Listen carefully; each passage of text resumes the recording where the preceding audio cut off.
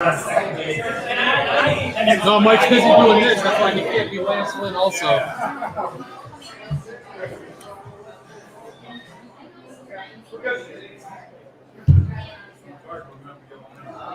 Here we go. Obviously, we're going to have to share a mic. What's this? Popping it back and forth. That's this computer mic. Needs to spread this way. You and I are going to. Oh, that's fine. I've always wanted to get close to you. Don't get too close, it might bite you.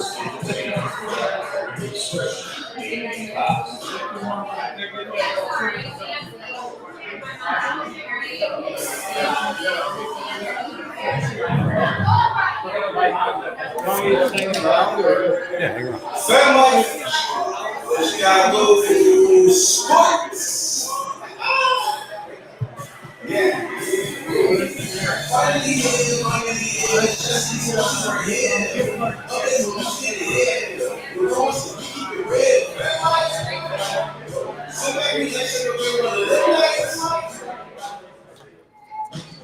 Hey, this is from Chicago. You're listening to the FatMike Sports. Hey, this is Dave Sports. You're listening to the FatMike Chicago Sports.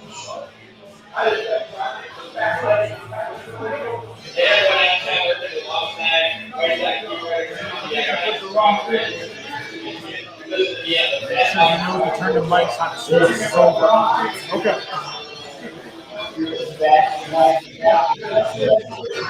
Hey, what's up?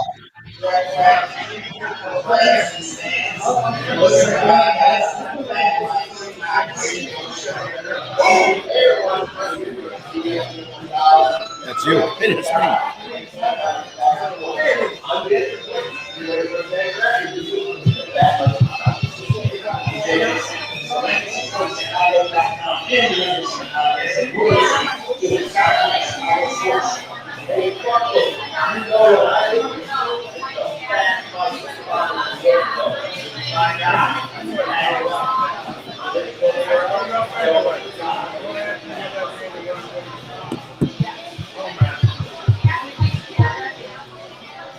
And hello, we are back. We are back for another FatMike Chicago Sports Show. And we are down here in beautiful Historic Downtown Lockport at the beautiful place, Nik Ivy Brewing Company. We are having a live show. We got our beers flowing. Everything's going good. We got a lot to talk about. We are here with some very special guests, Angelo. We got to hear, man. Who's here? My heterosexual life mate down here in the corner, Angelo. Come on, everybody. Give him a hand. Come on, give him a hand, guys. Here we go. We are also joined by two very special guests, two guys that have been in Chicago sports for a very, very, very long time. Because we can't do anything else. Oh my goodness, these guys have more Chicago sports knowledge than anybody I know, anyways. Anyway, and That's why we like you. it outlaunches me. I'm still a young buck, guys. We are joined also by David Schuster and Fred Huebner. Give these guys a round of applause, guys. The beer is flowing and the food was good. All right, we had pizza delivered here from Manja Pizzas over here at downtown Lockport.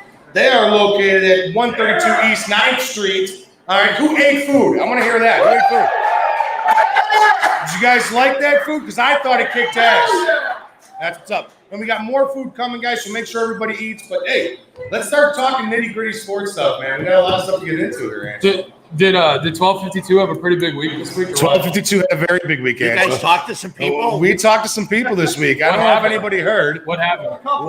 I'm doing this. I don't know what happened, but what happened was Jim McMahon. Who heard the Jim McMahon news? Anybody hear all that? Yeah. How do you guys feel about Jim McMahon today? Yeah. Boo. There's a lot of boos.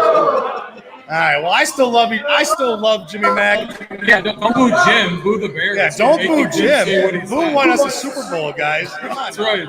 Listen, you should be really happy with Jim McMahon. I'm very. Yeah. You got more on Jim McMahon in 10 minutes, and we did I've been for about 10 years. Yeah, I think you know what a guy that likes to talk to the media. You know what it was? Definitely not a guy to talk to the media a lot. You know what it was? I think it's because I think it's because we both like the wacky tobacco. I think that's what it was. you guys definitely talked about the links and some golf and smoking weed. And sports, apparently though he just takes leaks wherever. Why not? He doesn't care. He just pisses all over the golf course. And he doesn't wear his golf shoes. He doesn't wear golf shoes. Oh, yeah, golf. Gets his caddies high. How can you? I've never caddied before, but can you I've imagine? never had high before, so we got something to do. I've never caddied before, but can you imagine trying to read a green for like a high-end client and you're all baked out of your mind? How insane would that be? That'd be terrible. They give us their height. Yeah, exactly.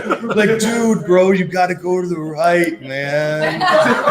So that story, it hit where? It hit the Pat McAfee show. Pat McAfee. It was on First Take. PTI got it. TMZ brought it up. That was pretty amazing. I mean, it's been Stephen A. on his show brought it up. It's been all over the place. Simply for him telling us that Chicago is where QBs go to die, and I don't see any part in that where he was wrong at all. I'll let you go ahead. No, I mean, just imagine how big the graveyard's got to be. Because think of all the quarterbacks that have died for the Bear quarterbacks. They're all over the place. Will Fuhr, Steve Stenstrom. We can go forever. Jonathan Quinn, Yeah, we can Rusty go. Lish, We can go Larry forever. Yes, so many of them. And he's right. I mean, the funny thing is, Mushi Muhammad, wasn't it, that said the same thing about this where wide receivers go to die. Here's the thing about quarterbacks for the Bears. It's, the connotation is that they were good and they came here and died.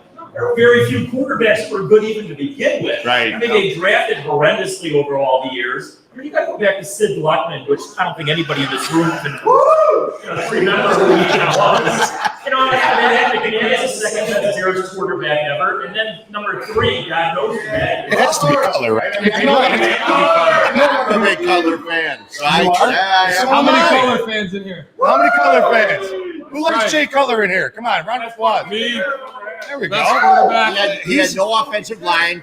His receivers one year were his top 2 receivers were Devin Hester. I know you love Devin. His top 2 receivers were Devin Hester and Johnny Knox. Hey, Fred, Come you on. remember the Monday night game where he was sacked 9 times in the first half? By the Giants. Yeah. Yeah. And people used to say about Cutler that he wasn't tough. He was tough. It was very tough. He was Tough as also nails. able, but he was very tough. Okay, so there's a difference between being an asshole and being tough. He's getting out there. He's getting killed. Yeah, Right, I'd be an asshole too, though. I mean, If I was behind that offensive line, exactly. that turned me into an I'd asshole. be an asshole too. I'd be livid. But wait a second, I didn't allow anybody to sack him. I was an asshole. I don't know. Well, and think about it too. The one time he put his hand on one of the defensive or offensive tackles, everybody flipped out. It's like, you can't touch him.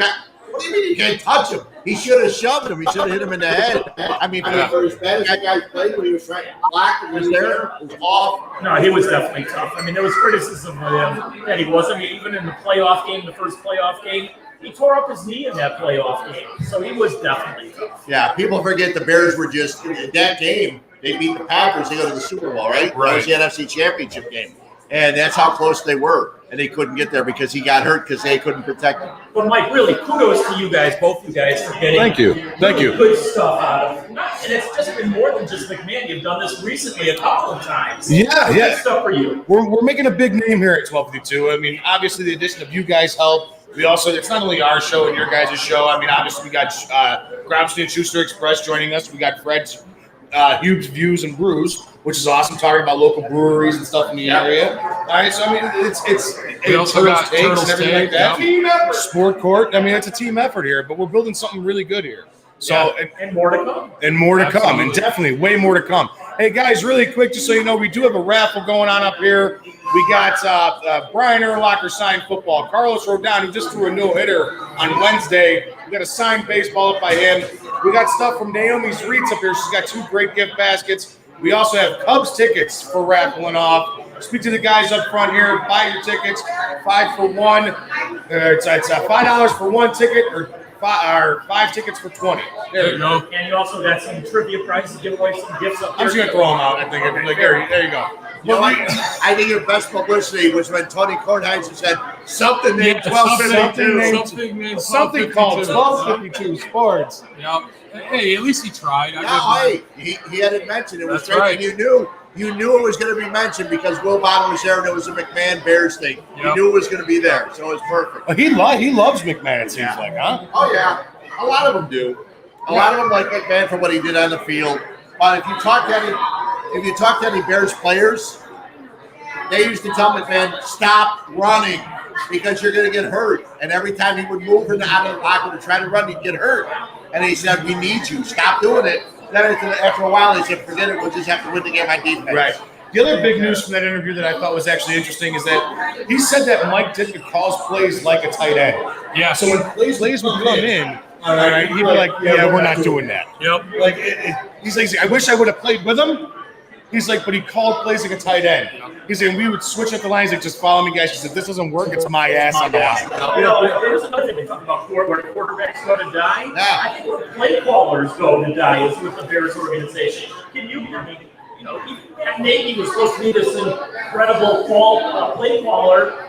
But you know what? When you saw his last game as an assistant in Kansas City, it was horrendous. Yeah. I mean, that sort of told you what he was going to do. There's nothing really opened up offense with the Chicago Bears. No, and now they got another speed receiver, guy who played for the Niners.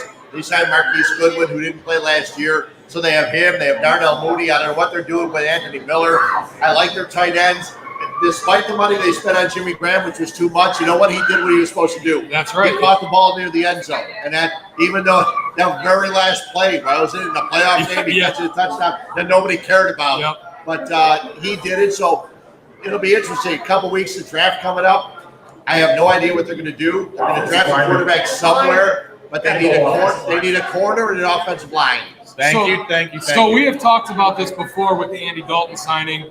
And Mike and I kind of agree that with that signing, it kind of gives Matt Nagy and Ryan Pace a little extra rope. I don't think this is a one-and-done season for them. I think they're going to allow Matt Nagy to get his quarterback, whoever that is, in this draft, and then give him a year or to at least see how it goes with him. Okay, so let me ask you a question. I think Tyler Bray was going to be made available somewhere else. Right. And they protected him. And now he's not even in the picture. So why did they even protect him all those weeks? Right. Help me out. I don't get it. Yeah, I can't. I've not seen anything from Tyler Bray. There's something they like about him. He knows the offense apparently, but so did Nick Foles. Right. What do we see from Nick Foles? We saw that he can't, if he's not protected, he can't do anything. He can beat Atlanta. Other than that, he can't do anything. That was all he did. So that leads to the draft, which is in, 2 weeks? A little less than 2 weeks, right? And we've had a lot of arguments on the 1252 network about what we think the Bears are going to do and what they should do. Mike, Okay, so I've been adamant about this since day one. The Bears need offensive line. I did. I'm sorry. No, that's what you're supposed to. The Bears need an offensive line. It doesn't matter. Okay, I don't care what quarterback you have back there right now specifically. The Bears need somebody that can protect the quarterback. Plain and simple. They're terrible on the blind side of any quarterback in the NFL right now. Their guards are, two shitheads that you got from nowhere. 7th round. I mean, come on, what are we doing here? All right, the only one that's worth a damn on that offensive line, in my opinion, is Cody Whitehair. And it's because of his versatility. All right, but the Bears need legitimately 4 other starters on that offensive line because they're that bad. I mean, I know that they kind of liked a couple of the guys there at the end of the season. Alex Barr was one. They didn't play anybody. I know, but right. We argued about this on the radio. All the time. There's Mike nothing said you that can all the do. time. All you can do is play against who's Right, there. exactly. Play who's on your schedule. How do we know they couldn't have slowed down a better defense? Right. Because those defenses were the worst defenses in the NFL. Right, but they weren't playing when they were playing good defenses, so Yeah. we don't know if they could hold up. Right, we don't know. We don't You know just if they don't could. know. We don't know if they could have stopped the Packers defense or anybody else. Right. All you gotta do is stop the Vikings, Packers, and Lions, win your division, go to the playoffs. That's it. I'm not going to pretend to be an expert on offensive line. That's where you're. Come on, you're such a big guy. I mean, I would think. But anyway, the old adage in football is it starts off front. Yes. Offense and defense.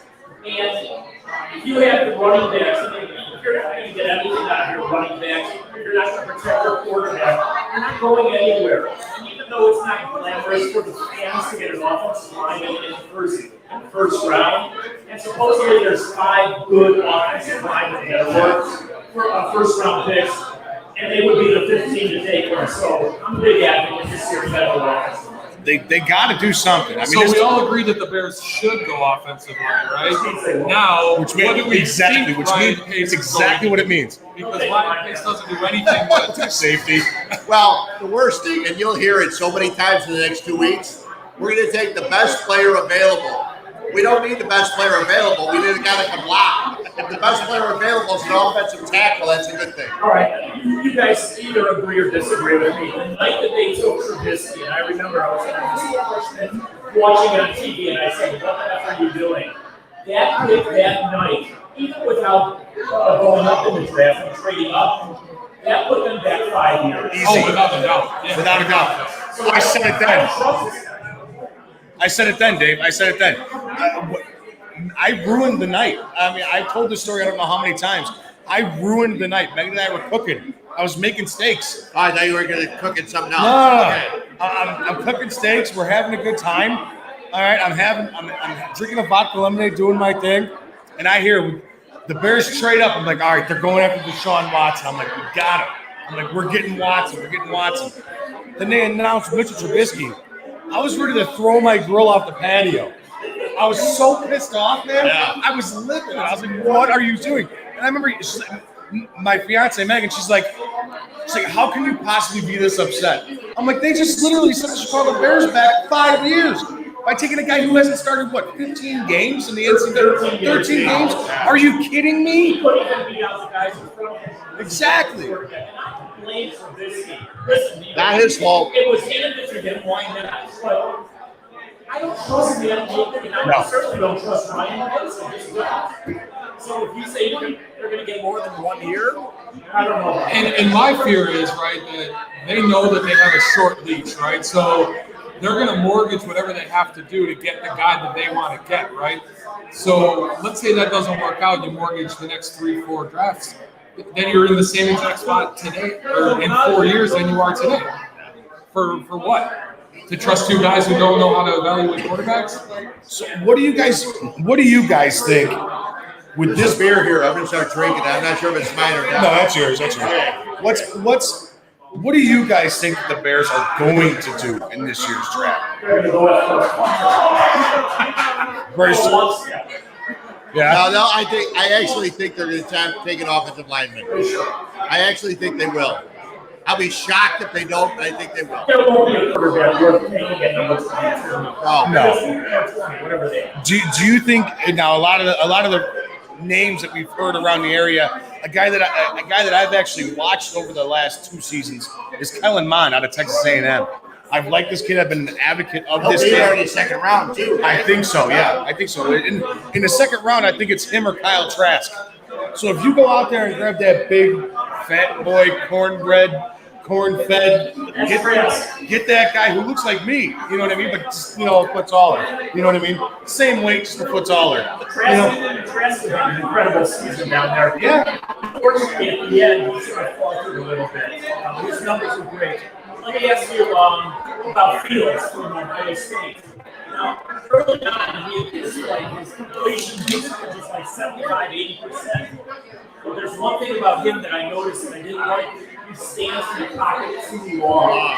And if you do that in college, you might be able to get away with that. Not in the NFL. Not in the NFL. The thing is, he's going to be there at 3, and the Niners have between him and Mac Jones who they're going to take. The Niners moved up. I know they went to Fields Pro Day, and someone's got a Pro Day tomorrow. I can't remember who it is. It might be Fields tomorrow. Yeah, for another try. He's got his money. He's in Buffalo. He's happy. He's got some money. But there's another. Who's the quarterback? His quarterback from Stanford.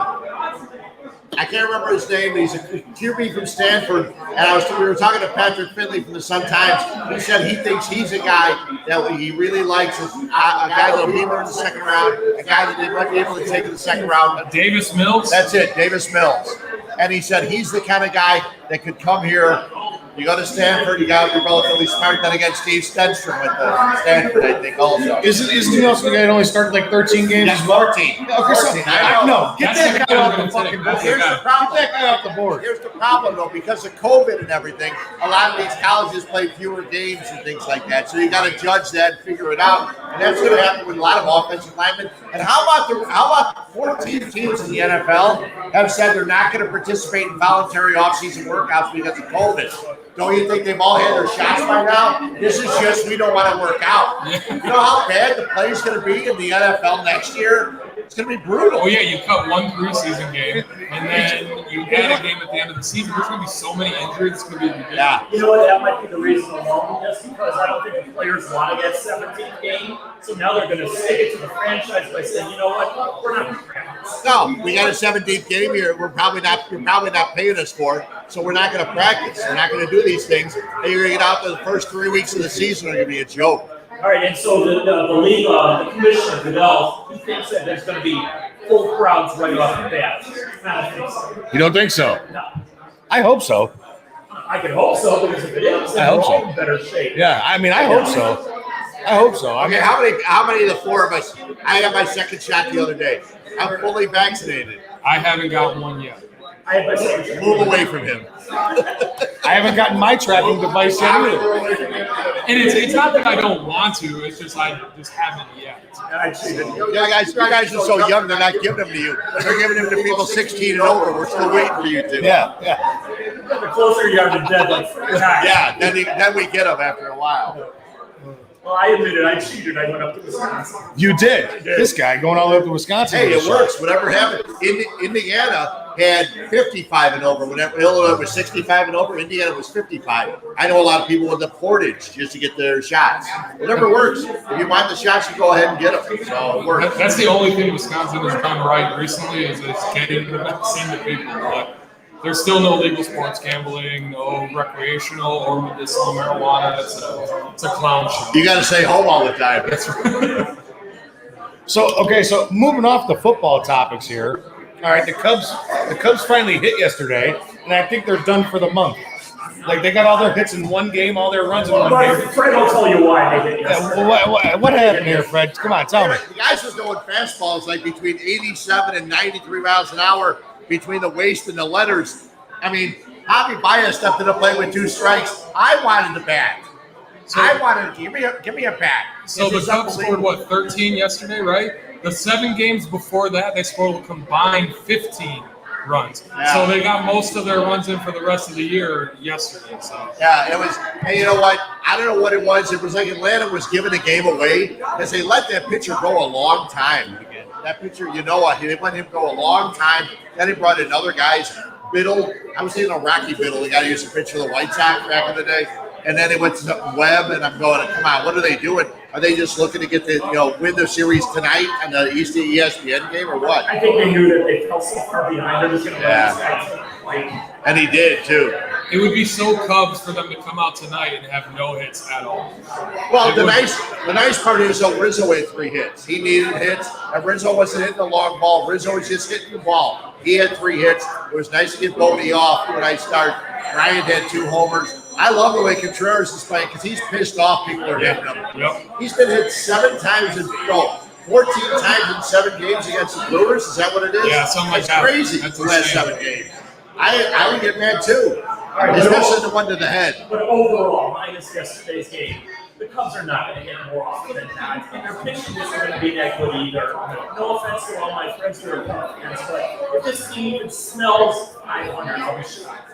Yeah, I don't think this Cubs team's a 500 I team. think this is the closest to 500 they get the rest of the year. Yeah, I don't think this team's a 500 team at all. I had big aspirations for this team at the beginning of the year, and I just don't see it. The more and more I see this pitching staff, is the more and more that I see this team this pitching staff throwing the same exact speed from 1 through 5.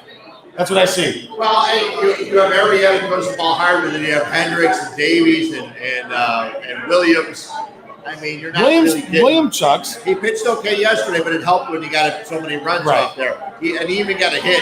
he posted, the Cubs posted out he had 14 hits or 13 hits. He goes, I got one of them. He was all excited. So like that's the pitching has been good the previous years, right? I think that's what's kind of saved this offense when they've had those dead spells during the season. But the pitching isn't there this year, and you're going to see that going further into the season. You know, one of their other biggest problems is one of their best pitchers right now is out of the bullpen, Craig Kimbrell. Yeah. The problem is, Never get to him. well, what are you right? He's only pitched 5 games, so the Cubs had 5 wins going into yesterday. But here's the problem is, what are other teams going to give up to him at the trade deadline? Because if he keeps pitching this way, you'll want to move him. Well, what are you going to get for him? What are they going to give you for him at that time? Well, he still also has a couple of years of an inflated contract. Right. We'll see if anybody even wants him at that point. What I'm finding very interesting, and it's very early, we're only 2 weeks into the season, a lot of injuries already.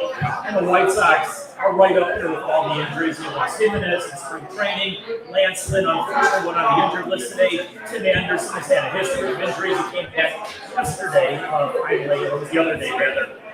And by the way, the White Sox hopefully are on the verge of a doubleheader sweep. They're winning the second game. Yeah, but they had the bases loaded, and they scored 1 run. I was bringing you. I was more. Oh my God! Hey, at least you guys score, all right? At least your guys score. Once in a while, but you're right about Kopech. It'd be nice to see now he gets a shot. Yeah, a lot of injuries around baseball. It's not just the Chicago teams. And I'm not really sure why. I mean, they had a normal spring training this year, but like I said, a lot of guys are already on the shelf. This with Chicago baseball right now, the big aspect is on the Chicago White Sox, big time. Everybody's looking at this White Sox team. The projection is straight up for this team with all this young talent. And the Cubs, it seems to be petering out a little bit. It shouldn't be like that. I thought this team was built for sustained success. That's what Theo said. All right, I seriously. He said, when's the commissioner office going to call me? Exactly. I seriously thought this team was built for sustained success. When I look at this Cubs team, I thought it was going to be, and Angelo can attest to this, I thought it was going to be that team that was, I wanted it to be the UM player. You were talking about you wanted them to be like the Yankees. I wanted them to be like the Yankees in the late 90s, early 2000s, where they were just like, why, how, and can anybody knock this team off? You know, and they're not that team. You want to know why Mike or not built for sustained success? Pitching was always going to be the name of baseball. And they never drafted pitching high. And that was a minor league, or whatever you want to call it, super scouts. Right. You know? And Theo Epstein, he got his championship, and you can never take that away from him. But he also gave away too much money to too many guys, and he just didn't build up his pitching staff. And if you don't have pitching in Major League Baseball, that's why the White Sox lose that chance if they stay away from injuries. The Cubs don't have it. Really, if you look at the pitching staff this year, it's not that good. No, but the one thing you have to say about Theo is he didn't lie. He said, we're going to draft position players and we're going to find pitchers. So they signed Lester, they traded for Arrieta, they traded for Hendricks. So they did all those things. So he was right about that. But the 4 guys they drafted, because they lost for 5 years, the 4 guys they drafted were Almora, Bryant, Happ, and Schwarber. Schwarber's in Washington. Almora's in New York. Happ is struggling this year, and Bryant. So they lost for 5 years to build their team. They got the championship, but other than that, they got nothing. And it's awful. And then they had the farm system, right? But they sent everybody away to get all those pitchers that they needed. Torres. Right. Everybody. Eloy Jimenez. Right, Eloy. You want Dylan Cease back? I'll give him to you right now. I wish the Cubs never gave up on him. I'll give you Dylan Cease right now for A bag of baseballs. I don't know. A bag of baseballs and a beer here from Nik Ivy. You know, Dylan Cease 2 years ago was the minor league pitcher of the year. I know. Across all of baseball. But you know what? It doesn't always translate to the major league level. It just doesn't. But Mike, I want to ask you a question because you're the biggest Cub fan sitting here at this table. Would you have Literally. Yeah, thanks, bro. You're right next to him. You can hit him if you want. You got your championship. You know, even beforehand, would you have traded the sustained success for the championship? Right. Would you? Yes. Okay. Yes. I mean, listen, it's the only time I've ever seen a championship out of my Chicago Cubs team ever. And it's probably going to be the only one I ever see. All right, they only happen about once a century around now. You know what I mean? So I'll be dead by the time the next one happens, but at least I was able to see the one that we had. Well, listen, the Cubs were, 108 years? The White Sox were 88 years. So it wasn't like we had much of a, it wasn't like we had a lot. But the up and up is on the Chicago White Sox. There's no doubt about that, right? I mean, the White Sox have the youth. They have, like I think you guys just alluded to, Eloy Jimenez when he comes back from his torn titty, and you got. Thank you. As long as you DH him, I think he'll be all right. Right, yeah. What you and I were talking earlier, me, you, and Angelo were talking earlier in the year. Over under on nets that he was going to fall into. I know. And now you didn't get a said it at chance. 6. We said it at 6.5 or something like that. So now He was gone before you. yeah, he was gone before he had a chance to fall in that. That's like watching Eloy Jimenez play outfield is like watching Wicked Tuna or something like that on Discovery Channel. He falls into more nets than the fish do. He does. You know? No doubt.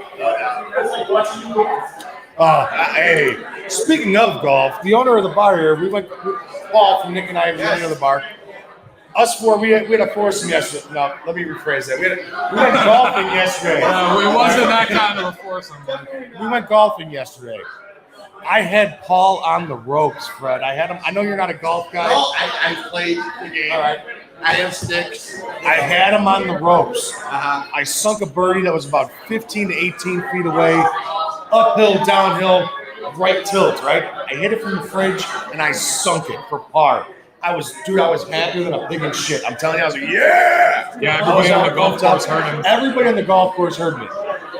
The next 3 holes, 8, 7. I love those Oh my goodness! I was ready to dump all my clubs right into the pond. There's nothing worse than you play 3 holes and you're already at 21. So I was like, okay. Yeah. And they're all par 3s. I know. Man. Yeah. What's going on? Hey, Mike, remind everybody that they got wonderful prizes here. Yes. Yeah. Guys, just so you know, we are doing the raffle up here again. We do have a split the pot up here. Make sure you guys get your tickets for that. We got a Tattoo City Skin Art Studio gift card for $50 and a goodie bag. Make sure you guys throw your tickets in on there. Carlos Rodoon signed baseball, Brian Urlacher signed football, and 2 beautiful gift baskets from Naomi's Reeds. Make sure you guys put your tickets in on there. We also have Cubs tickets for the Brewers game for next Sunday. Make sure you guys put tickets. We have guys walking around now, so make sure you guys get your tickets. And Mike, you know what I've learned a little bit, Fred and Angelo also, that I've been doing a little work at this sports store. Yeah. It's amazing how all the prices of this stuff keeps going up. I mean, you see baseball cards are going for millions, and it's not just Honest Wagner anymore, it's almost everybody. So if somebody were to get like that Urlacher football, the Rodoon baseball, whatever, they pop up today, by tomorrow or next week, it's already doubled the price. Rodoon just threw a no-hitter on Wednesday. Ruined my national news, our national news. How about that? Too. All right, sounds good. Whatever you want to do, just put the money in there. We got a guy yelling at the crowd, stopping to show like a dick. Maybe that's dill pickle. Maybe that is Dill Pickle. Oh, we're bringing up Dill Pickle. Did you guys hear about this clown Dill Pickle? No. And it's not the Rugrat. All right, it's not the Rugrat from the Mike, our Nickelodeon show. Our PR guy is telling us that we shouldn't. I'm just going to talk say about this. Dill Pickle, sir. I don't like Dill Pickle.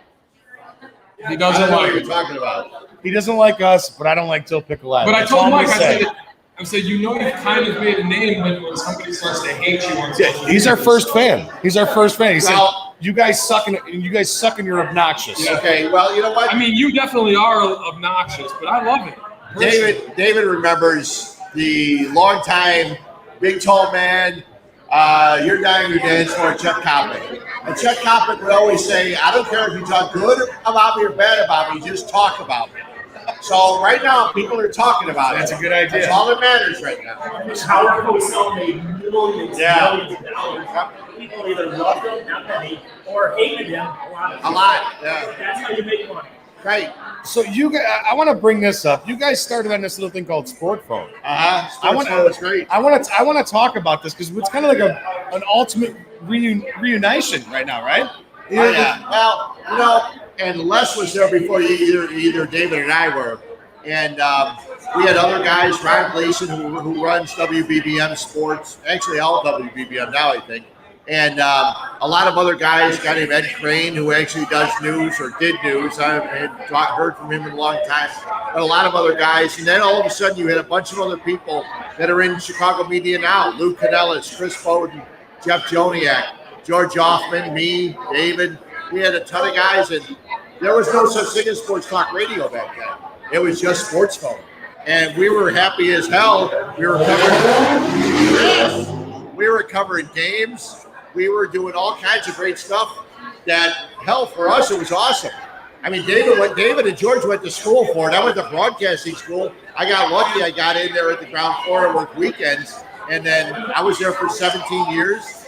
And David was there for a long time. It was great. It was awesome. I can't Fred tell you about, we were covering horse racing also. And somebody got arrested for giving horse racing results. Fred tells the story better than I. Well, we used to, the racetracks didn't want us to do racing results. So we would go to Arlington Park, and across the parking lot from Arlington Park was a payphone.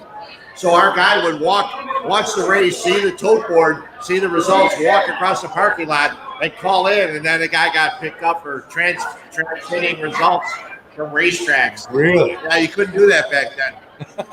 So finally got agreements with most of the tracks, but Arlington never would agree with us. I mean, sports fun was a great breeding ground for all of us. All of us. It was awesome. And it also opened up a lot of other avenues. For me specifically, it was the disco demolition game. You know, I'm just a little geeky guy out of college, and I'm covering the Twilight doubleheader against the Tigers in 1979, I think it was. And all of a sudden, all hell breaks loose. This team downpour blows up all these discos. Became a national story because both sides had a quarter of the same game, and there was a fire at the left field bleachers, and the right field, and there was 50,000 fans going crazy on the field at a quarter of the game. But I made a name for myself that day because the phone kept ringing the press box, getting the word that I did. I answered it and made a lot of money that day, made a lot of contracts, so that's the way it works. So when you guys started this off, when you guys were at Sports Phone, what was the biggest obstacle? And like, you guys, like you said, you went to broadcasting school for it. You obviously did school to do this, right? Yeah, I went to Southern, where a lot of people in radio in Chicago went to Southern Illinois. It's amazing how many people went to Southern. Don't remember any of it. Well, yeah, none of them knew. They were all high all the time. But yeah, they all went there. But one last question before we do a quick little break here, guys. You guys went to school for this. How do you guys feel about two shitheads like me and Angelo just starting a podcast, just talking sports? All right, I'll answer that honestly. 25, 30, 35 years ago, I would have hated your guts. Today, I don't care. I don't care anymore. Well, and the other thing is, if there was this technology back in the day, I may not have gone to other things. I may not have gone to school for it. I may have done something like this right off the bat. And to be honest with you, I hate to say when you be honest with you. But anyway, like, as if I lie to you all the time. But before COVID, nobody knew what Zoom was. And because we're on StreamYard right now, okay, because we're on StreamYard, it makes podcasts easier than they ever were. Before, you had to make sure you had great microphones. You had a way to record everything. You had a way to transmit it. StreamYard, all these other services have made it so much easier and better. And you get the opinions from a lot of different people. And Mike, also, when Fred and I started sports, so obviously not even in existence anymore, it was telecommunications. Well, telecommunications, getting stuff on the phone, that's gone, by the way. But nowadays, the way of getting into broadcasting is exactly what you and Angie and other guys are doing. So God bless everybody. You jump wherever you can. We try. I mean, we're trying. So on that note, we're going to take a quick little break. We'll be back in about a minute, 2 minutes. Here you go. Hi, I'm Jonathan Darren, licensed real estate broker with Coldwell Banker Real Estate Group in Homer Glen. Are you looking to buy or sell? Have you been disappointed in the past? The Jonathan Darren team with Coldwell Banker Real Estate Group focuses on providing you with a concierge level of service during the process of buying or selling. We are a service-oriented team with a fresh and professional approach to selling real estate. Our goal is to combine knowledge, skills, and passion to exceed our clients' expectations, and most of all, We truly care. We are a knowledgeable real estate team focused on offering expertise and innovative solutions for our clients. The Jonathan Darren team has 5 full-service real estate brokers and a dedicated full-time marketer servicing all of Chicagoland. We will customize a detailed plan around your timeline for a sale, purchase, investment, estate, or other needs. Real estate transactions can be stressful, but don't need to be. Let us handle it for you. Visit our website, homesbyjdt.com, or call 708-308-1938 today. Expect better in real estate. Choose the Jonathan Darren team. To the people that watch, it means everything. So here we go. We got another quick little break for you guys, and here you go.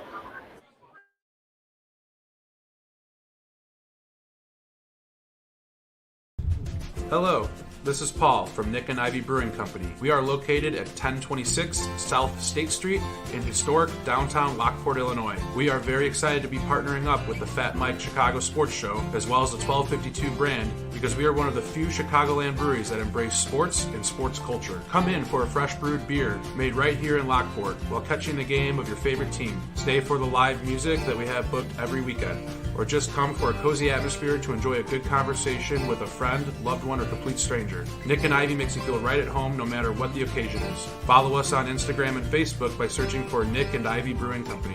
Visit our website for our up-to-date tap list or to go shopping on our online store at nikivybrewing.com. That's Nikivy brewing.com. Come in today for a fresh brewed beer born and raised in Lockport, Illinois.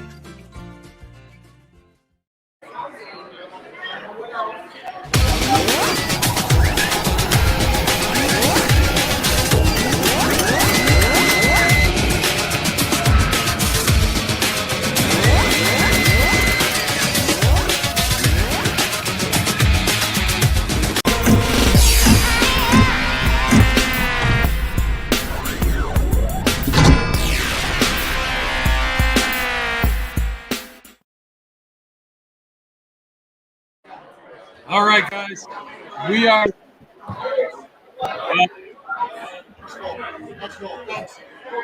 So, mics. The mics are off.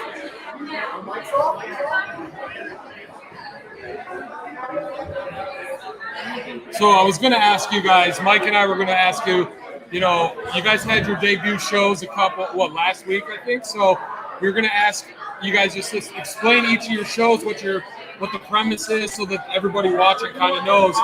So, Fred, if you want to go first, definitely. We're just waiting for the mics to get turned back on. That's fine. You talk really loud. Andrew. Yeah. Can you put our logo on? What?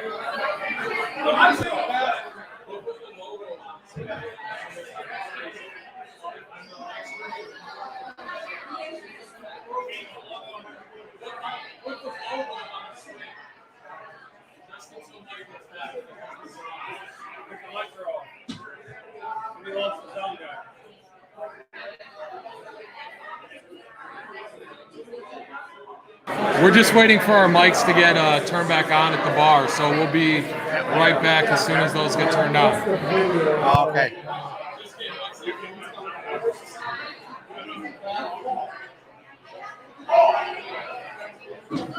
All right, so we got some technical difficulties going on here, obviously. We can still talk because we're still broadcasting live. So like I was just talking with Dave and Fred, I said, we just had their shows on last week. I wanted them to maybe go in on both of their shows, tell the audience,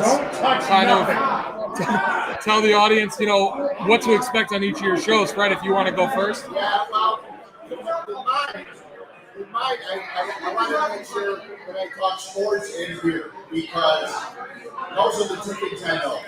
Okay, or at least I think that I know. I'm trying to drink beer. So last week I talked a lot of sports and we had Urlacher Signed from Rodoon Brew. Actually, was great.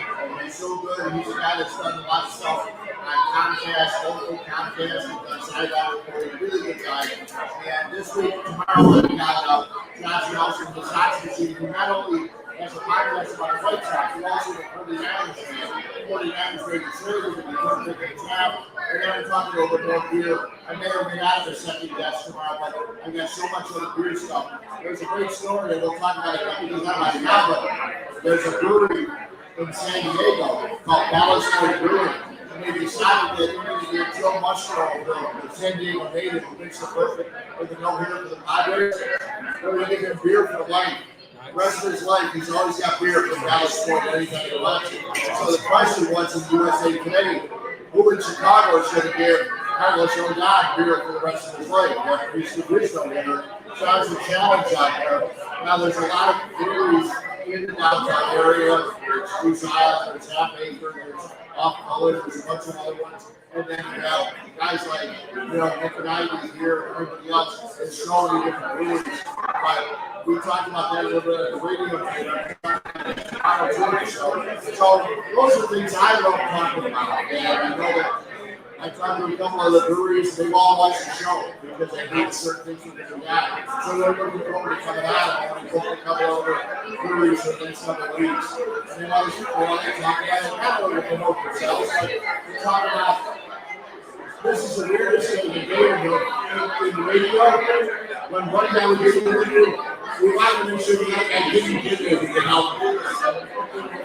Really, everybody helps everybody else. They do collaboration here. They want everybody to succeed. It's the only business I've ever seen where everybody wants everybody to succeed. And that's a really nice thing because in the world today, there's never anybody trying to outdo the other guy. It's just very cool.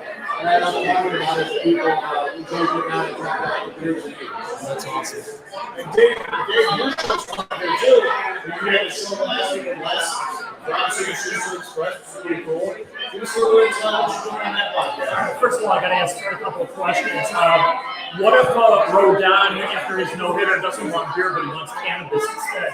Can he have that for life? Nowadays, they can find a cannabis is it's legal. And it's growing by the nipple. And Fred is also right about one thing.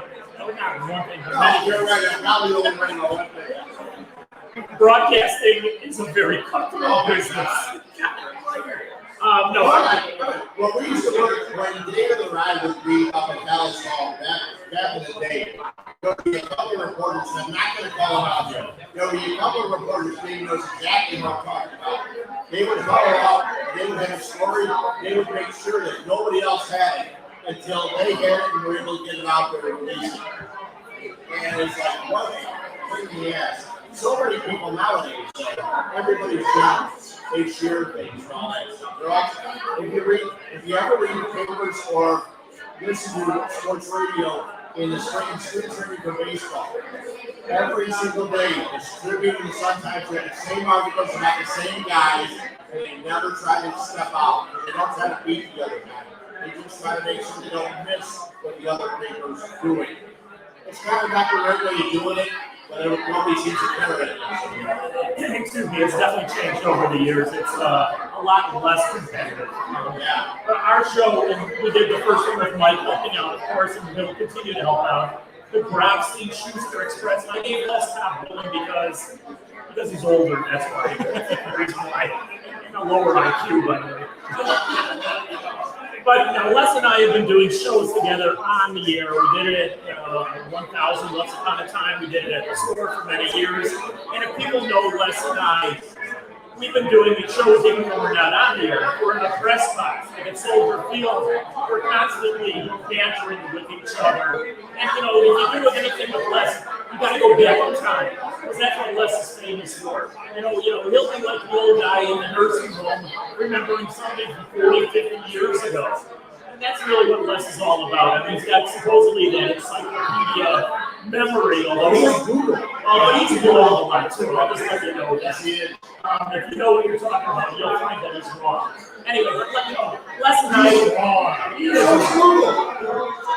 We kid each other. Of course, I kid him better than he kids me.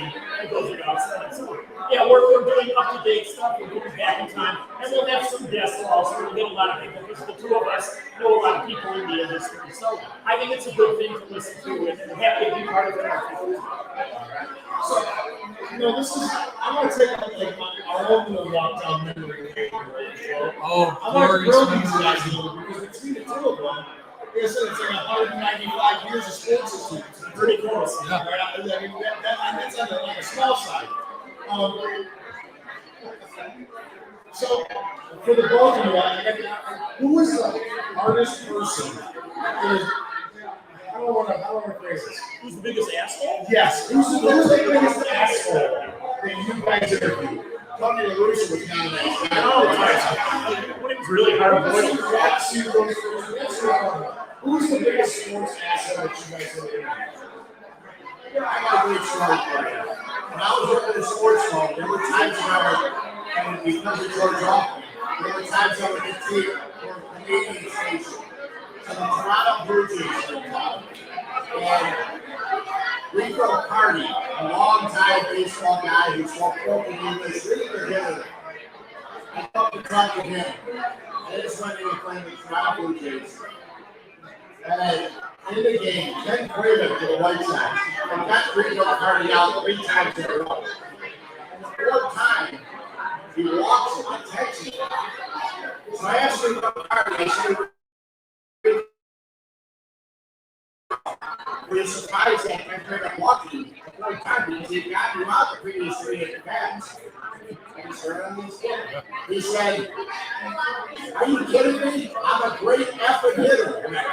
I'm a great effort hitter. I can't believe you're asking that question. I'm a great effort hitter. There's no reason he should have pitched to me. When he turns to the guy who's blocking next to him, he said, John, what do you think? John Mayberry, 6'9", stands up from his locker, and looks down at me, 6'2", and says, I can't believe you asked that question. You know who this is? This is Rico Carter. He's one of the best players to play the game. And I slithered out of the locker room. I slithered out and said, Toronto's not giving me sound today. I'm not going to make my $40 or whatever I was making for 17. So Rico Carter and I got that. All right, I got a lot of stories. I got a ton of them. I'll give you a runner-up. Kent Harvick of the Minnesota Twins. He was a pretty good hitter. He was a power hitter, but he was a real jerk. He looks, and by the way, for nobody, you don't know Kent Harvick, he looks just like the guy from the Rodoon Company. Right. He looks just like the guy from Buffalo. Right, and he looked like a softball player. And it's not exactly like he was very athletic looking, but I remember we were talking to somebody on the Twins, I don't know who it was, and Herbert, he must have hated the media, and he just finished eating like lasagna or something like that. So he comes up to all the media, and he lets loose the longest part I've ever heard. And you know what, I still have it on tape somewhere too. So he was a real jerk off. The biggest asshole I ever dealt with was Keith Hernandez. That's the only athlete I almost got into a fight with. Of course, I would have lost, but the thing before he would have hit me, I was thinking, you know what? He makes $4.8 million a year. I'll get at least the point if he hits me. At least. Anyway, I was Mets in the mid to late 80s. If you remember that team that was good and that was Strawberry and all those other guys, and this is a team that was doing coke like no tomorrow. And so nobody really knew about it yet, but there were a bunch of guys. Anyway, so I went up to Keith Hernandez. I was working for WFDF, and I had to get a New York tape. And so I saw a couple of the writers talk to him. Back in the day, you know, the lonely broadcasters had to wait their turn before talking to the athletes because the writers would all beat us up if we did anything. So I waited my turn, and they went away, and I went up to Keith Hernandez. I said, and I was pretty young back then. I said, excuse me, Mr. Hernandez, can I get a couple questions with you? He looks at me, he looks at my microphone, my recorder, he goes, fuck radio. You know, okay, I guess he doesn't want to talk to me. So I start walking away, but I'm very quiet to myself. I go, I can't believe he said fuck radio. Well, he had revenues. It might have been the coke that was doing it. I don't know. He goes, he came charging at me. He goes, that's right. I said, you fuck radio. Fuck you, this shit. And he was right about this shit. Anyway, he was going crazy. He was like frothing at the mouth. And their PR guy was Jay Boyle, a real person himself. So he comes up to me and goes, you would have to get out of here. You're causing a commotion. I go, I'm not causing a commotion. It's your rabid ball player here. Anyway, the bottom line was I got kicked out of the clubhouse, the Mets clubhouse, The next day, Bruce Levine got kicked out of the clubhouse because he went up to Ed Lynch, who became the Cubs general manager later on, and he was asking Ed Lynch a question, and Lynch gave a bad answer, and Bruce Levine goes, you know, if it wasn't for us, we wouldn't have a job or something like that. So he got kicked out, and then Brockstein played the tape of Bruce Levine on Larry Lujak's show, and he got kicked out. So I got kicked out on a Tuesday, Levine got kicked out on a Wednesday, and Brockstein got kicked out on a Thursday, and we were all written up. Now, I got a letter of apology from, what was his name, the National League president, Ed White. What was his name? Bill White. Bill White. Bill White was the National League president. He wrote me a letter of apology, which this was nice. Yeah, that was the biggest deal. I guess a lot of people have always liked Keith Hernandez. He's been on Friends, which I've never watched. That show sucks. I've never. Anyway, that was my closest. There's many more. No Bradley is a total a-hole too. Total a-hole. He's a bad player, except for the guy who caught the ball where he flipped to in the stands after 2 outs instead of 3 outs. He was able to touch. But there was a time I was doing some stuff in New York, and it was the day of the baseball strike. The baseball players were reported they were going to go out on strike or that. And they said, you got to talk to Reggie Jackson. He's our team representative. I said, okay, our players are. So I'm waiting. I go to talk to Reggie Jackson after the game, and Reggie will ask you a couple questions. He was out in play today. He said, well, the player rep for the team, I want to ask you about the whole situation of the players. I guess, I didn't play today. I said, okay. So I wait around. He goes to the shower, comes back. He walks. I'm standing right by his locker. He walks right up to me with another towel on, and he's a little shorter than I am. And he looks up and he says, excuse me. I said, anytime. He walks in, some of the New York writers came in, asked him the same questions, said the same thing. He wouldn't give him any answers. There was a player rep, like 2 hours later, the last time. He wouldn't give me anything. I remember that. Besides a-holes, unfortunately, I can back you up for the next 3 hours about this. oh my God, you go on and on and on. But also, we've been put into some very, what's the word I'm looking for, uncomfortable situations. Okay, the day Daryl Kyle died from the St. Louis Cardinals. And Wrigley Field, and he died at the hotel in Weston across the street from it, where we were doing sports from. Anyway, we found out about it, but then we had to go into the Cardinals locker room after the clubhouse after the game. That was very uncomfortable. Who was the Minnesota Twins player that died? Ivan Basta. We got killed in Gary, Indiana in a drive-by shooting.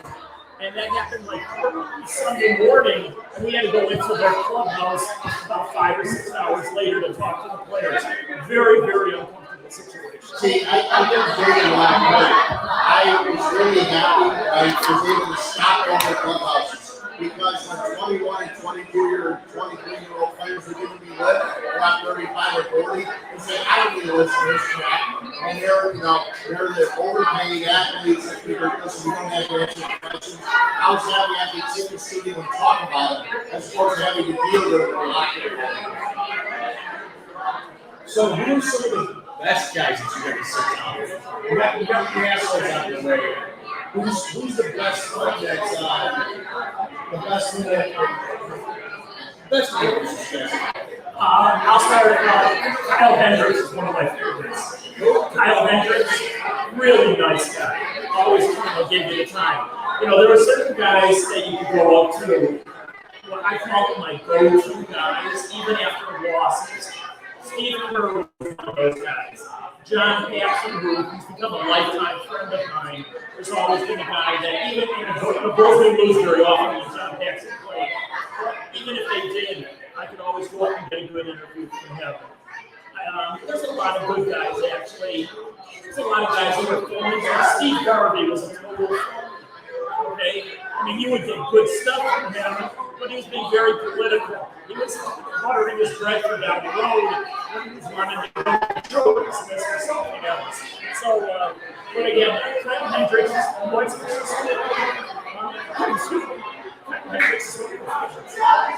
Well, How are you? Way back in the day, covering the White Sox having the 80s, Ron Kittle was a go-to guy. That's Ron Kittle, kid from Indiana, playing kids, whatever. He was always happy to be where he plays. He didn't care. Tom Jordan, for the most part, is that guy to talk to. Really, really good. Some of these guys, like Carlton Fisk, the first couple times I got Carlton Fisk, not a good guy. I asked him a question one day, and he looked at me, and he realized it's a good question. And he stopped hanging around the ship there, and he stopped and listened. And answered everything else really good. It's like you had to prove to these guys what you were talking about. And there were times I screwed up. I asked him a question about something that he didn't catch that day, or he came in later in the year, he didn't catch that picture. And it's just something you fall into. It's, there are so many good guys. There really is so many good about the bad guys. I think he's in the line with the good guys. And here's the follow-up confidence. You know, he was at really good games more often than not. He also had this habit of working out after the game. So he would go work out in the exercise room and lift weights. So like 45 minutes. Longer. Sometimes a lot longer. That's the whole game. So he would be the last guy to go into the shower and come out. And we would interview him until almost midnight. It was ridiculous. I know, we sit around and read. And we say, you get out of work before we out. So you wait around because he had a whole other game or he did something that caught the future complete game or something. By the time he wasn't around. Well, I got a story about this for you guys. So down here in downtown Lockport, this is where I grew up. These are the ones that you know out here on Lockport. And Carlton Fisk used to live out there. I know it's this crazy out here. My brother graduated with his father, I think. But they have this thing down here called Canal Days. And I used to, first off, I used to always take a plate on a canal. And then I put it, I'd separate it out so people could see the end grains. Nice. That's nice. Yeah, that's great. Yeah. So you're that guy. I'm that guy. Exactly. I'm that guy. But anyways, down here during the time, you know the old school Boston Red Sox had with the red top, the baby bull, the white bean, all right? The Fisk played on that team. That's one of my all-time favorite logos of all time, right? During Canal Days one time, where they had the big parade, Canal Days parade, Carlton Fisk is driving his Harley down here. And he pulls up to the mayor of Lockport at the time. This is very next to us. I stood up and he was like, oh my God, it's Carlton Fisk. I'm like, please sign my hat, sign my hat. And he looked at me.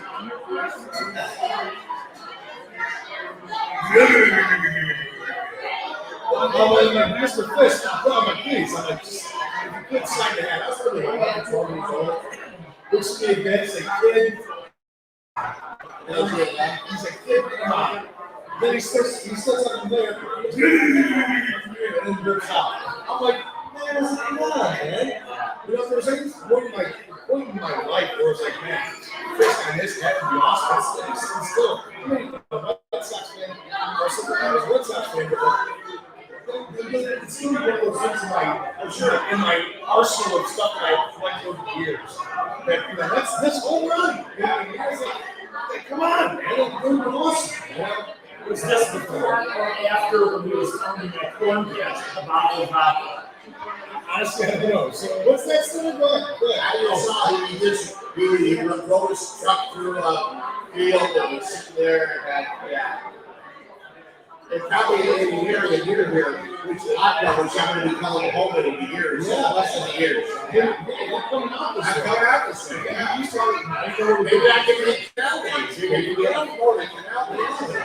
I know where good pizza's at now. I do. You know where good pizza's at? I mean, pizza, like we got Nik Ivy, it's awesome. That's how you do it. That's all you need. I gotta throw it The people's elbow right now, so Brown Hill, it's awesome. I'm gonna throw another nice guy, you know, you're asking Jonathan Taves, the captain serious, and I really pray that whatever's wrong with him, that he's gonna be okay.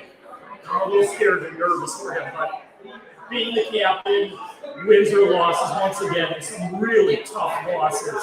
Jonathan Taves was always there to answer every question. And, you know, not many athletes think before they speak. They're just sort of like BS. But Jonathan K is one of those guys that actually ponders the question and then answers. But the one thing David and I would agree on, even talking basketball players, which are not the nicest guys in the world, okay? The hockey players are the nicest guys in the world. I know it's a Canadian upbringing or what. I mean, the first time I ever talked to LC Porter, he was playing for the Blackhawks.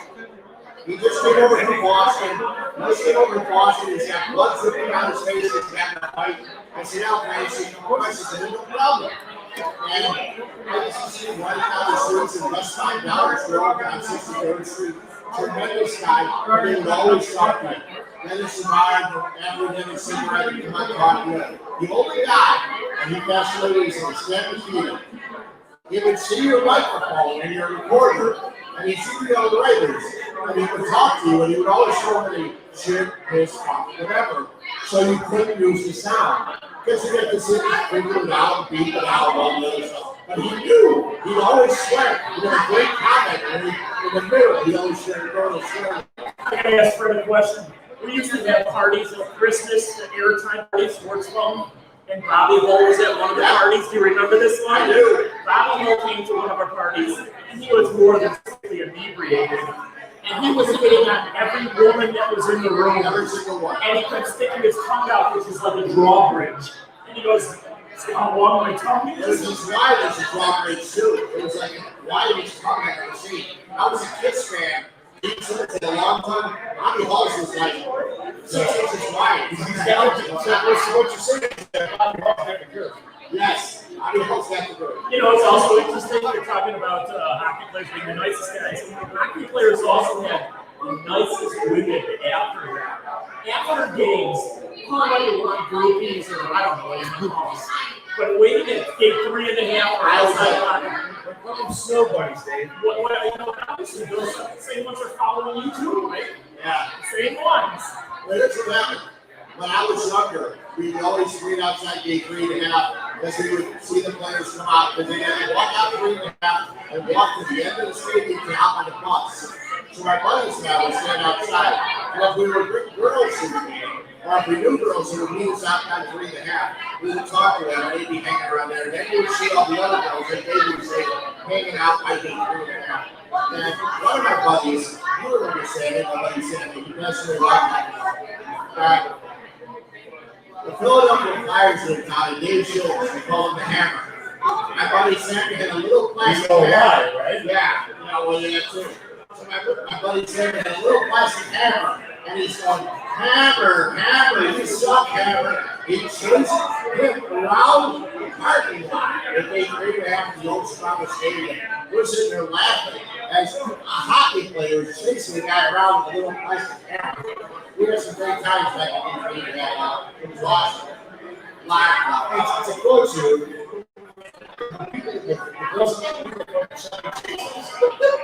This one's like me. There's nothing wrong with that at all. We're going to take another quick break, guys. We'll be right back here in a minute. We got to take a pee break. That's what happens.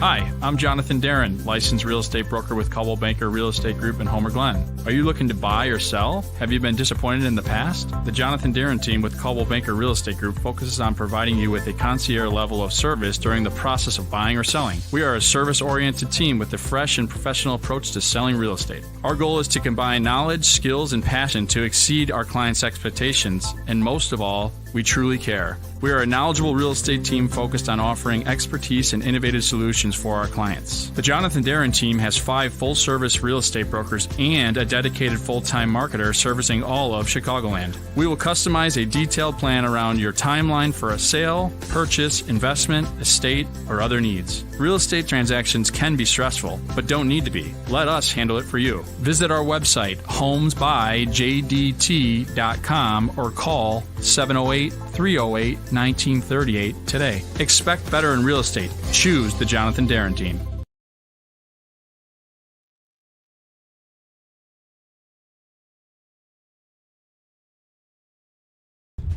Hello, this is Paul from Nik Ivy Brewing Company. We are located at 1026 South State Street in historic downtown Lockport, Illinois. We are very excited to be partnering up with the FatMike Chicago Sports Show as well as the 1252 brand because we are one of the few Chicagoland breweries that embrace sports and sports culture. Come in for a fresh brewed beer made right here in Lockport while catching the game of your favorite team. Stay for the live music that we have booked every weekend, or just come for a cozy atmosphere to enjoy a good conversation with a friend, loved one, or complete stranger.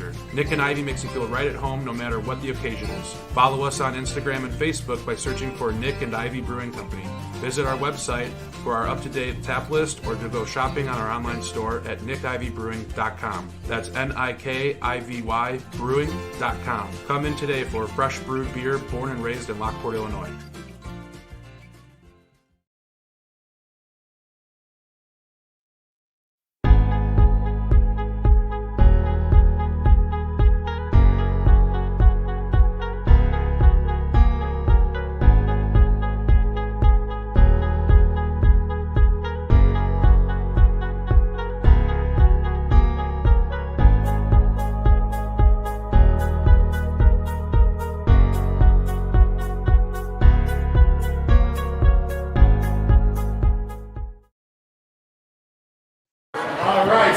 All right, so joining us right now, we got our guys, Nik, Jesus Christ, Paul Ivy here, the owner of Nik and Ivy Brewing Company, and we got this guy here, Chad, the brewer. Chad, what's your last name? Lindahl, Chad Lindahl. He's the head brewer here over at Nik and Ivy Brewing Company.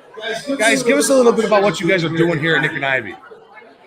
We brew a beer here. We brew beer. That's what he has to say. That was my answer. And then we drink the beer. You guys just brew beer. There we go. They all drink the beer. You guys all drink the beer. And then we brew more beer for them all to drink. So when did you guys open up down here in downtown Lockport? Right at the end of August. So we started brewing like middle of July. Yeah. So we've been open like 8-9 months, something like that. There you go. And how you guys liking it so far? How did COVID hit you guys? It was still is kind of a nice little ride, up and down, but we're lucky to be in a really good community. The people here are very supportive. They've been supportive since day one. Like our first day, we were open to sell beer. We had these car shows going on Mondays downtown here in Lockport, and originally we weren't even going to be open on Mondays at all. But we opened our doors on Monday for people to come in before we were going to open just to see what was going on.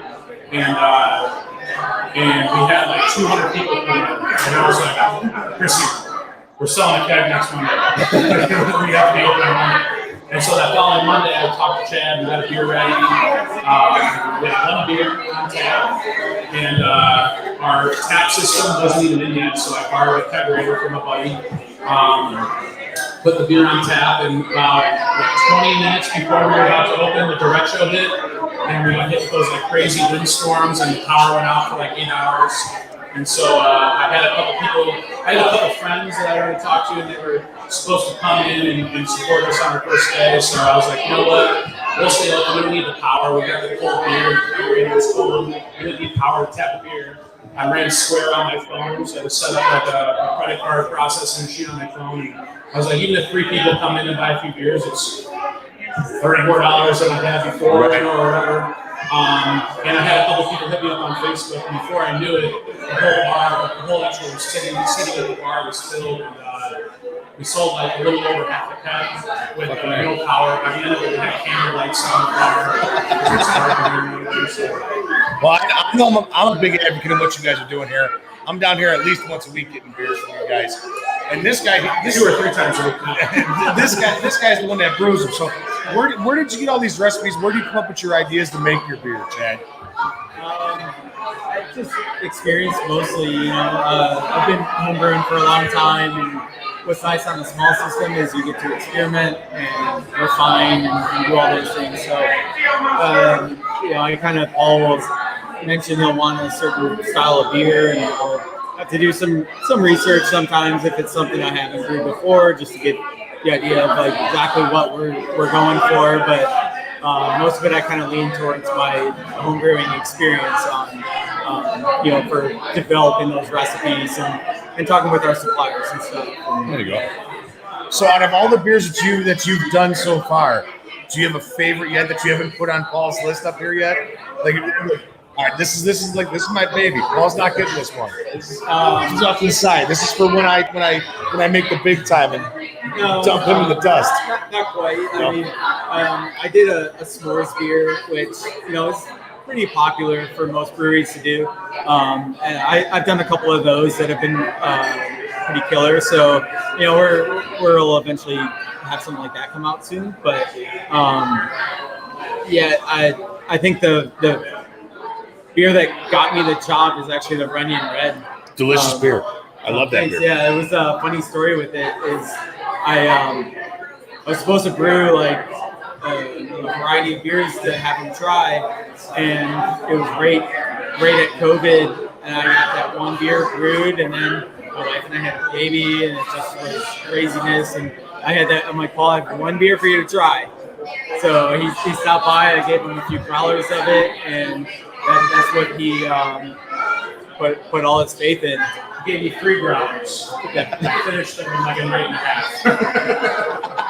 I was like, dude, this is good. These are delicious. These are delicious. Yeah. It was like perfect time. He's my head for the first time. Like I just started getting into red ales.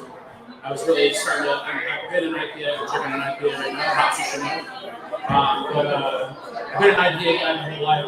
But I just started getting into more of a malty type of flavor. And he's like, I actually do a really good thing. All right, let me try it. Listen, like I said, like you said, I come down here a couple times a week. I have my fair share of beers. I think I've had every single one of the beers that you guys have up on the board at this point. And there's not one that I don't like. All right, but there is other big news here at Nik Ivy Brewing Company, right? You know this is coming. You knew this was coming. So you guys are gonna make FatMike a beer, right? That's what's happening. Well, not you, Paul. You're just gonna drink it and sell it. But this guy here is gonna make a FatMike beer. I ordered all the ingredients for it on Wednesday. Should have them tomorrow. There we go. And when can I come in and start getting drunk and laying on the floor? Well, Mike, you were off the FatMike beer. Off the FatMike beer, I mean. Mike, you were a little meaty and requested a certain style. And that style happens to take 2 to 3 times longer to make. Is it really? I'm going to spread about that. Oh no! Finger fan, which all I do is oh no! I didn't know it took that long. Of course he's difficult. Yeah, I didn't mean to be difficult. I'm sorry. No, it's It'll badass. probably take about 2 months. I can wait 2 months. We got a lot of beer coming out before then, but What's the next one that you guys got hitting up? so we just released the blueberry wheat. Delicious. I've heard this pretty Love good. that. That's a big hit right now. Everybody's drinking. He just actually tried his first into it today. He didn't even try. Well, he did. Tastes On tap. I haven't had on tap. I've obviously been trying it throughout the process, but I had not had an official pour off tap till today. That's a good one. That's a good one.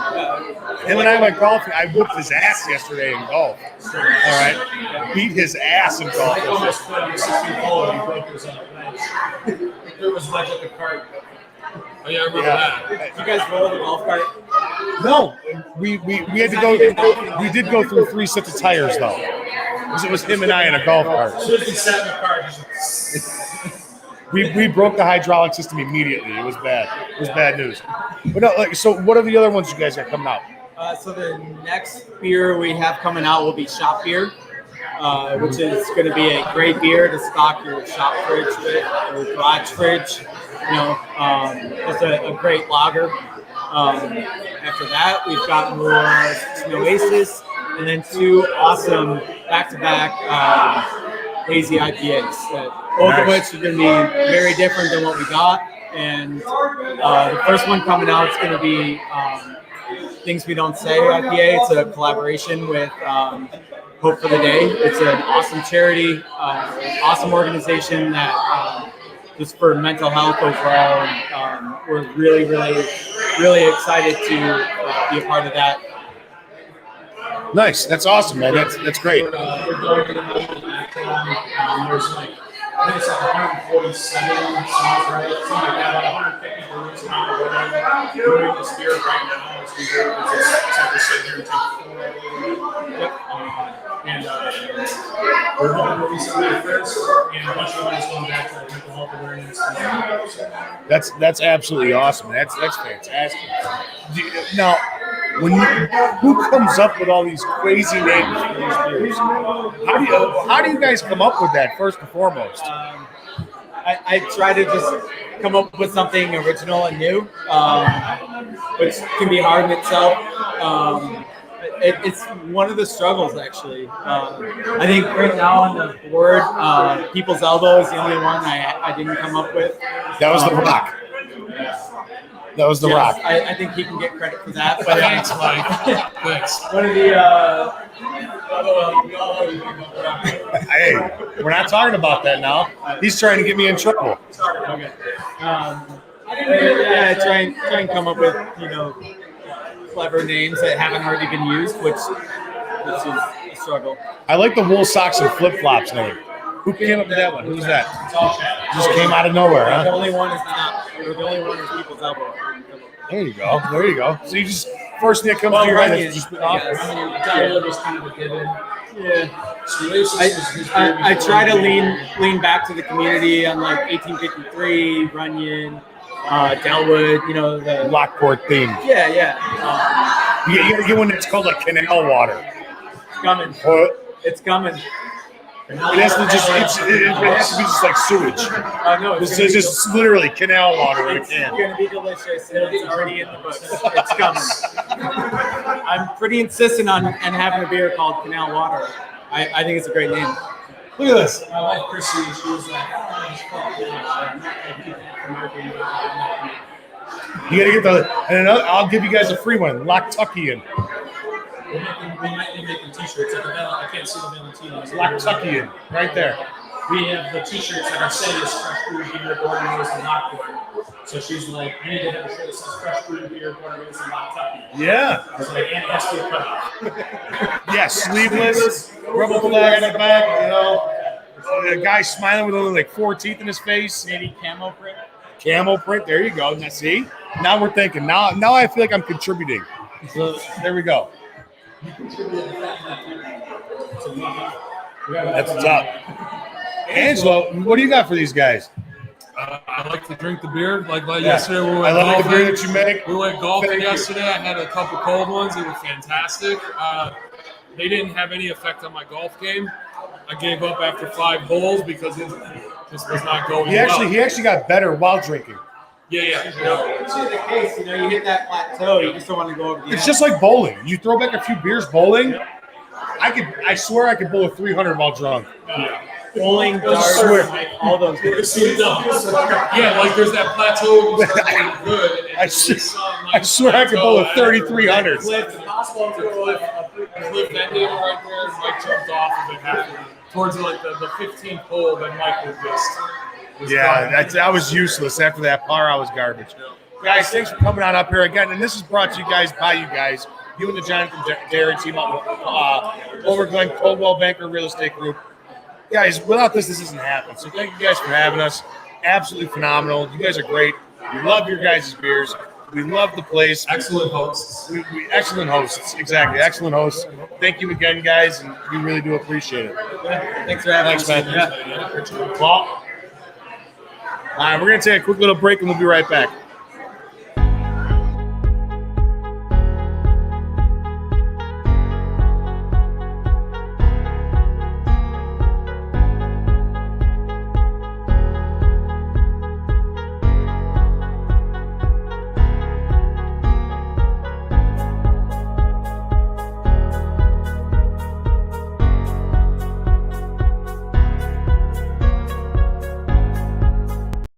Hi, I'm Jonathan Darren, licensed real estate broker with Coldwell Banker Real Estate Group in Homer Glen. Are you looking to buy or sell? Have you been disappointed in the past? The Jonathan Darren team with Coldwell Banker Real Estate Group focuses on providing you with a concierge level of service during the process of buying or selling. We are a service-oriented team with a fresh and professional approach to selling real estate. Our goal is to combine knowledge, skills, and passion to exceed our clients' expectations, and most of all, we truly care. We are a knowledgeable real estate team focused on offering expertise and innovative solutions for our clients. The Jonathan Darren team has 5 full-service real estate brokers and a dedicated full-time marketer servicing all of Chicagoland. We will customize a detailed plan around your timeline for a sale, purchase, investment, estate, or other needs. Real estate transactions can be stressful, but don't need to be. Let us handle it for you. Visit our website, homesbyjdt.com, or call 708-308-1938 today. Expect better in real estate. Choose the Jonathan Darren team.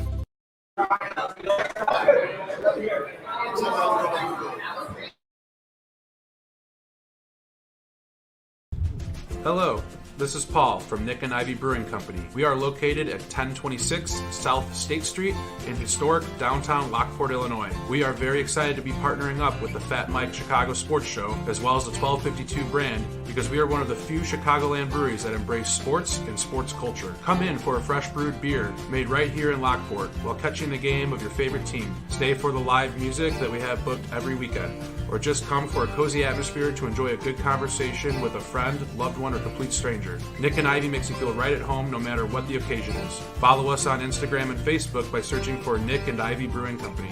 Visit our website for our up-to-date tap list or to go shopping on our online store at nikivybrewing.com. That's Nikivy brewing.com. Come in today for fresh brewed beer born and raised in Lockport, Illinois. All right, guys, we're back here. I'm at the Ivy Brewing Company again in downtown Lockport, 1026 South State Street. Really quick before we wrap this puppy on up, I want to give out a couple quick little reads. Again, the Jonathan Darren team, you just saw a commercial for them now, located out in Coldwell Banker Real Estate Group on Homer Glen at 14851 South Founders Crossing. Okay. You've been living out here forever, okay? Yes. The address is 14851. 148. Okay? Oh, yeah. It's always 148. 14851. 148. I'm sorry. It's a pet peeve of mine. I'm sorry. I got many pet peeves. David knows that too. 14851 South Founders Crossing. Get a hold of those guys over at 708-308-1938. If you're looking to buy or sell a home, this is who you need to go to. This guy's the best of the best. He's helped my fiance and I out twice. So go to those guys. They're fantastic. Again, a special thank you to the Nik and Ivy Brewing Company here where we're having the show at 1026 South State Street in Lockport, Illinois. Homemade beer, always cold, and the game is always on. Get a hold of these guys at 815-524-4857. Manja's Pizza, who fed all the mouths out here in the audience tonight. They're located at 132 East 9th Street, Lockport, Illinois, 60441. Get a hold of those guys. Order your favorite pie at 815-838-1919. They're the best pizzas in town. Tattoo City Skin Art Studio in downtown Lockport here, located at 1601 South State Street in Lockport, Illinois. World-renowned tattoo artist, winner of billions of tattoo competitions and tattoo first prizes right down the road. They're the best. You can get a hold of those guys at 815-838-8287. And then Naomi's Treats, who made us baskets tonight at 416 East Cherry, 815-592-7841. They have candles. They have wreaths. They do it all down there. Make sure you guys get a hold of those guys as well. So really quick before we wrap this puppy on up, guys, Fred shows first this week. We'll let him talk first, Dave. Fred, give us a real quick synopsis of what you got going on in your show on Monday. We're talking to the White Sox, talk some Cubs. We'll see what the Cubs do on Sunday night. And then as we get closer to the Bears draft, we'll talk some Bears draft. Talk a little bit about that. I got Josh Nelson from Sox Machine coming on. Big Sox guy. They do their own podcast, a great one with him and Jim Margulis. And so we got him coming out. We'll talk some beer. I picked up there were a lot of beer releases this week from some of the breweries in the area, so we'll talk about those.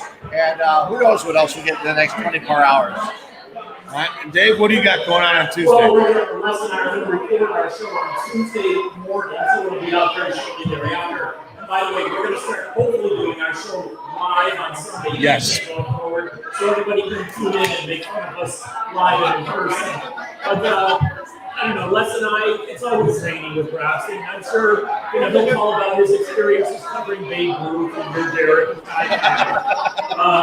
Honus Wagner. whatever. Yeah, Yeah, Les, how was Ty Cobb in the locker room? Is he as racist as everybody was? Yeah, exactly. I don't know. We'll have some fun, and we have Stump the Grabber. Stump the Grabber, and I love stumping the Grabber because he doesn't have, he's not as good as people think. He just isn't. He cracks me up, man. He's funny. The one thing we can say about Les is older than both of us. Combined. Well, almost. So, yeah, Les is up there, but you know what? It's amazing some of the things he remembers and some of the events he's been at. Everybody talks every year about the Lee Elia thing. That was all coming up. That's It's later this month, and yes. Yes, the 29th, right? Les made one of his many claims to fame, sending that tape literally around the world. Yeah. But I was there also, just so everybody knows. I didn't walk in right at the beginning. Actually, I was on the Dodgers side initially because Mike Marshall was playing from Buffalo Grove High School. Yeah. So we talked to him initially, then we went over to the Cubs side. And that's when the Cubs had their clubhouse all the way down the left field line, which is where the grounds now are. Anyway, he did his thing. I was pissing in my pants. I was laughing so hard. It was the funniest thing ever. I know on the 28th we're definitely going to have that pop up because the 29th is the day the anniversary date of it. And I'm going to play it in its entirety uncut. We're a podcast. We can do shit like that. So when he calls somebody an MF or a CSer, it's going to be on there. I'm not going to say out here. CSer, yeah. Hey, can I tell you a little story? Grabstein got to take the yada, yada, yada.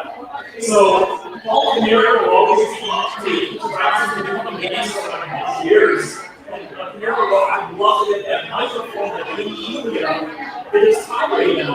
So I was sort of like a negotiator between Paul Huebner and Grabstein for him to buy the damn No shit. And that's why ridiculous amount of money. Sure, 15 million. Yeah, something like that. And listen, I would give you 10 cents for it. It's probably smaller than that. $15 million. But yeah, to this day, Paul Huebner goes, I really want to have that microphone.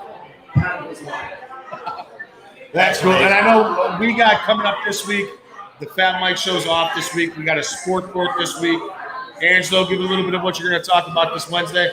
Yeah, so I'm going to reach out to a couple of Chicago area youth sports guys that are trying to work to help lower the gun violence in Chicago through sports. My cousin's one of the guys. He does this thing called Hands Up, Guns Down, where they promote boxing instead of using weapons. If you got a problem with somebody, you sign up and you end the problem in the ring. So we're going to talk a little bit about that. I'm hoping to get a couple of other guys in the area, football and basketball. There's a couple other programs, but I want to use my show as more of my small platform to kind of bring awareness to certain topics, and I felt that one was one, especially right now with all the violence going on, that definitely need to be addressed. He's going to be our Jeremy Schaff. There you go. Because I can't say it right now. I'm Jeremy Schaff. ESPN. Yeah. I need a nice dramatic intro. See, I can't handle that sensitive stuff. You can't be sensitive? No. Does your fiance know that? Yes. Okay. No, she knows this. No, but he's better with words. He's called words. All right. I'm not so good with. I'm the first person to drop a dick in a fart joke and call somebody a dildo. That's 100%. You know what I mean? So that works too. Whenever you need that awkward moment, I'll bring Mike to bring that weird moment where it causes nothing but silence. That's you. That's me. Yes, that's me. And we've made it through this show without one, so thank God. Yeah. I've been on best behavior. Pretty good. I've been on best behavior today. By the way, the answer to the question was 3 innings. That's how long Michael Kopech lasted. He lost his perfect game in the 4th inning on a walk. As soon as he gave up a hit, he was out of the game. I blame it on Vince. Vince texted me saying, hey, he's perfect through 3. Do you want to talk about it? And I said, let me know in the 6th. Right. And then boom. So I'm blaming it on Vince. So Vince blew it. And don't forget, guys. But Vince is a Cubs fan, so that's why he did it. So Don't forget, guys, we also got Turtles Takes every Friday night at 7 o'clock. Their stuff is still in limbo right now. I don't know what they got planned for Friday, but it will be another guaranteed great show. So on that note, guys, we're done here. Yep. So hey, everybody can drink more beer. Yeah, now we actually get to eat and drink. So guys, really quick, Give a round of applause for all of us up here, all the sponsors, everything like that. Great show by us. Thank you for coming on out. Did you just say great show by us? Great show by us. Yeah. Yeah, great show by us. Yeah. Yeah. You gotta have that little salt pet on the back every time. But thank you guys so much for coming on out, and we will see you guys next time. We are on air. Thank you.